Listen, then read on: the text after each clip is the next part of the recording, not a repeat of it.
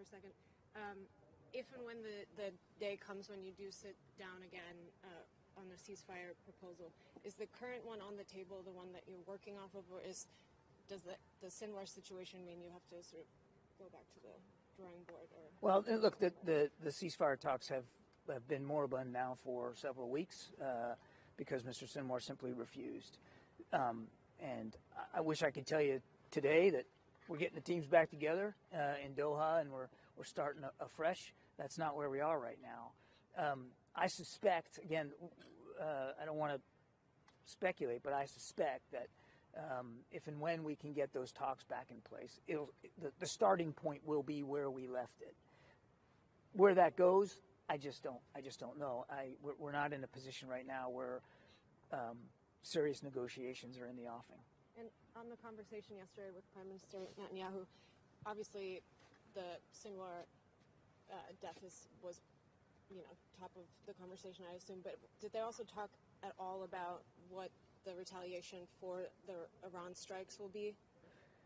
As far as I understand, it was a very short call, mostly to congratulate him on killing Sinwar, and then talking about the opportunity that Sinwar's death now gives us, as I said earlier, in the diplomatic space. That was the main focus. Do you have a better understanding, though, on timing and scope of what they I'll let the Israelis speak to their operations potential or otherwise. What they're doing, but do you have a good understanding of it?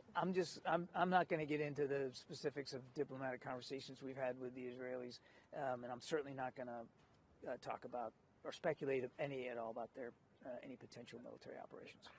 How diminished are Hamas's capacity right now? How big a threat are they in your assessment? You said they greatly diminished. Is it enough that you think that forces the peace? Is that kind of the argument you're making? We believe that with Sinwar's killing, not only is the main obstacle to ceasefire negotiations been removed, and hopefully we can get that restarted with him now no longer in the position he was to block it.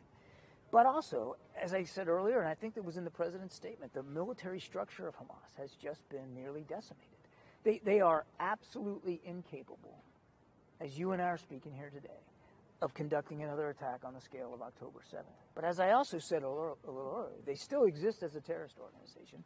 They're still in Gaza. They're still holding hostages.